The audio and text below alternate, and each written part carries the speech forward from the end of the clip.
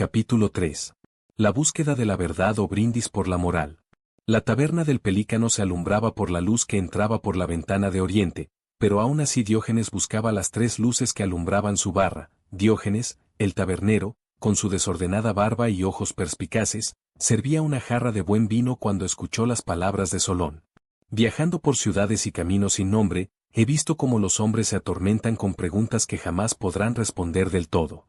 En un mercado, un mercader me preguntó si la justicia existía, pues había sido engañado por un socio.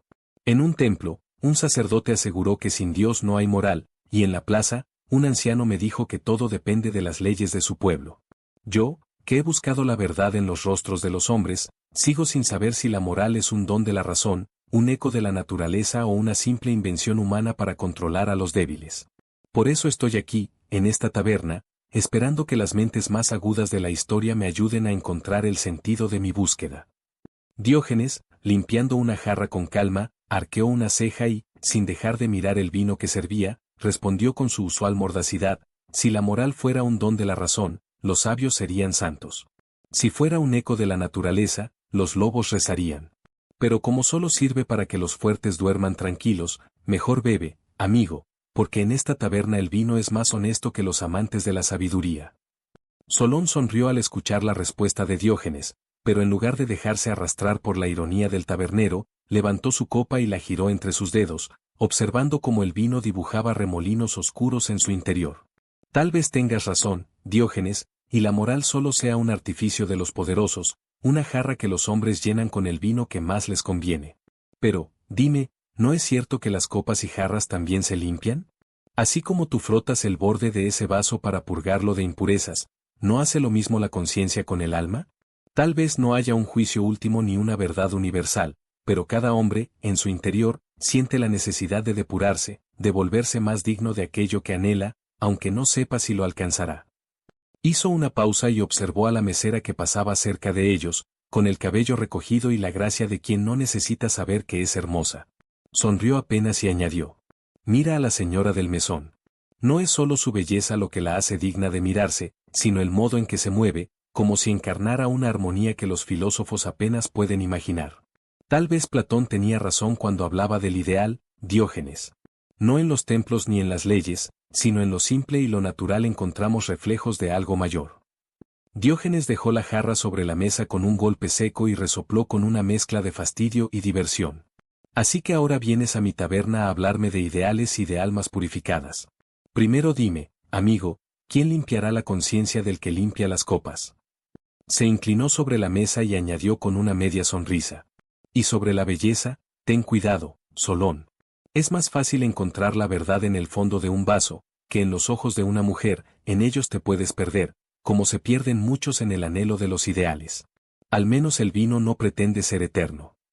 Tomó su propio vaso, lo alzó como si brindara por su propia burla y bebió de un solo trago. Rousseau se acercó con dos amigos más a la barra del tabernero e inclinando la cabeza con cortesía dijo: la búsqueda de la verdad es el sendero del alma ilustrada. Si buscas justicia, escucha a tu conciencia, pues es la más pura de las guías. Solós, tus inquietudes son legítimas.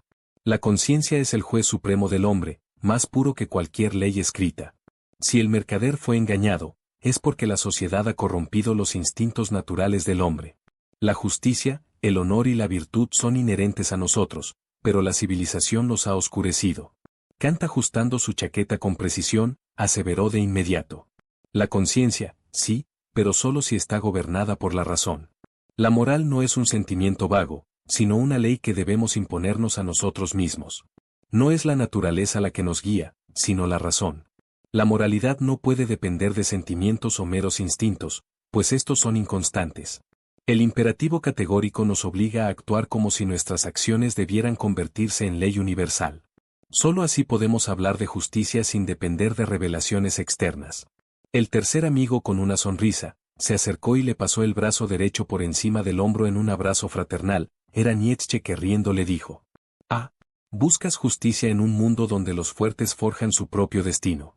¿No ves que la moral es una invención de los débiles para encadenar a los poderosos? Oh, qué aburrido sería el mundo si la moral fuese tan simple. Solós, la justicia es solo una construcción de los débiles para limitar a los fuertes. Te preguntas si la moral es real o una ilusión, pero yo te digo, es una trampa. La virtud, la piedad, la justicia, todas esas son cadenas que los hombres temerosos han impuesto sobre sí mismos. Libérate de ellas y afirma tu voluntad de poder. Solos frunció el ceño mientras miraba el fuego titilante en la chimenea. Su mente se agitaba con preguntas que parecían no tener respuesta. ¿Cómo puede haber caminos tan distintos? Murmuró para sí mismo, aunque los demás en la taberna pudieron escucharlo. Se pasó una mano por la frente y prosiguió. Busco algo más que opiniones dispersas, busco un fundamento sólido para mi viaje. ¿No hay en el mundo algo eterno que guíe la acción del hombre? Sus ojos se posaron en Nietzsche, quien sonrió con aire desafiante. No debes buscar respuestas en viejas ideas, sino en ti mismo, afirmó con convicción. La vida es una lucha, y solo aquellos que crean su propia moral pueden trascender. No sigas sombras, sé el fuego que ilumina tu propio sendero. Desde el otro lado de la barra, Rousseau negó con la cabeza. La naturaleza nos ha dado una brújula infalible, la conciencia. Nacemos buenos, pero la sociedad nos corrompe. Para hallar justicia, debemos escuchar la voz interior, no las leyes impuestas por dogmas o gobernantes. Nietzsche soltó una carcajada breve, cargada de desdén. Bah, todo esto son cadenas impuestas al espíritu. La verdadera moral es la que se crea uno mismo, sin someterse a normas muertas. La voluntad de poder es lo único que importa. Rousseau se inclinó hacia adelante, para exclamar. Pero si todos hicieran eso, la sociedad se desmoronaría. El hombre debe recuperar su pureza, no hundirse en un caos de voluntades egoístas. Kant, quien había permanecido en silencio hasta entonces, alzó la voz con serenidad. La conciencia no es suficiente sin la razón. Si queremos una moral universal, debemos actuar según el imperativo categórico, solo haz aquello que puedas desear que sea una ley para todos. La justicia no puede depender de sentimientos cambiantes. Y sin una regla universal, la moral se convierte en simple anarquía. Solós tomó un sorbo de vino, meditando las palabras de cada uno. Sus pensamientos se arremolinaban como el líquido en su copa. ¿Y si todos crearan su propia moral, no llevaría eso al caos? Preguntó finalmente. Nietzsche respondió con un brillo feroz en la mirada. No al caos, sino a la grandeza. Solo los que trascienden las normas impuestas pueden alcanzar su verdadero potencial. Rousseau chasqueó la lengua. No confundas grandeza con virtud. Una sociedad justa es aquella donde la voluntad general busca el bien común, no la dominación de unos sobre otros. Kant asintió levemente. Y esa voluntad debe estar guiada por principios universales, no por meros impulsos. Solós suspiró, sintiendo el peso de sus dudas. Pero si la conciencia es suficiente, como dices, Rousseau, ¿por qué existen diferencias morales tan marcadas entre sociedades y épocas? El filósofo ginebrino apoyó los codos sobre la mesa. Porque la sociedad corrompe al hombre. En su estado natural, la moral sería más uniforme, pero las instituciones, las desigualdades y los intereses particulares han pervertido la conciencia y generado distintos códigos morales según las circunstancias. Nietzsche se echó hacia atrás con una sonrisa burlona. Patrañas. La moral nunca ha sido uniforme porque es una herramienta de dominación. Es una construcción histórica utilizada por los débiles para frenar a los fuertes. La verdadera cuestión es, ¿cuándo nos libraremos de estos grilletes autoimpuestos? Kant alzó una ceja, mirándolo fijamente. ¿Y qué propones? ¿Una moral sin normas, sin principios universales? Sin un fundamento sólido, la justicia se convierte en un simple juego de poder. ¿Y no es eso lo que ha sido siempre? Replicó Nietzsche, inclinándose ligeramente hacia él. ¿Crees que las grandes civilizaciones se construyeron sobre ideales puros? No, fueron forjadas por quienes se atrevieron a imponer su visión del mundo. Solós desvió la mirada hacia la chimenea, su expresión melancólica. Pero si la moral es solo poder, ¿qué sentido tiene buscar la verdad?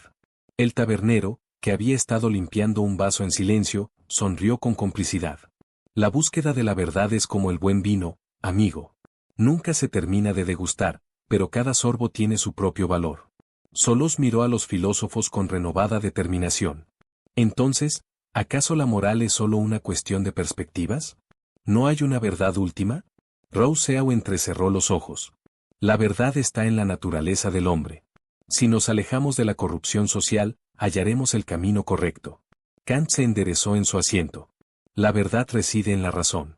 Solo a través de ella podemos hallar principios morales que sean válidos para todos. Nietzsche esbozó una sonrisa desafiante. La verdad es una ilusión. Solo existen interpretaciones. Cada uno debe forjar su propio camino sin someterse a ideas caducas. Solo suspiró, pero esta vez su expresión reflejaba una tenue sonrisa. Entonces, aún me queda mucho por recorrer. Quizás la respuesta no esté en las palabras de un solo hombre, sino en el camino mismo. Y si la vida es una prueba, la enfrentaré con valentía. Alzó su copa y los demás lo imitaron. Ducunt volentem fata, nolentem traunt, recitó en latín. El destino guía a quien lo acepta y arrastra a quien se resiste. Hubo un instante de silencio solemne. Nietzsche sonrió con aprobación, Rousseau asintió pensativo y Kant entrecerró los ojos, meditando en las palabras de Solós. Finalmente, todos levantaron sus copas y brindaron por la búsqueda y por el camino que aún les quedaba por recorrer.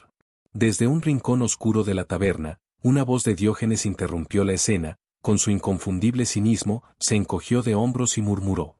Mientras ustedes buscan la verdad, la justicia y todas esas bellas cosas que en materia no existen, yo seguiré buscando lo que sí existe, mi candelabro de 3 luces. La luz que entraba por la ventana de oriente nos abandona, y necesitamos más iluminación.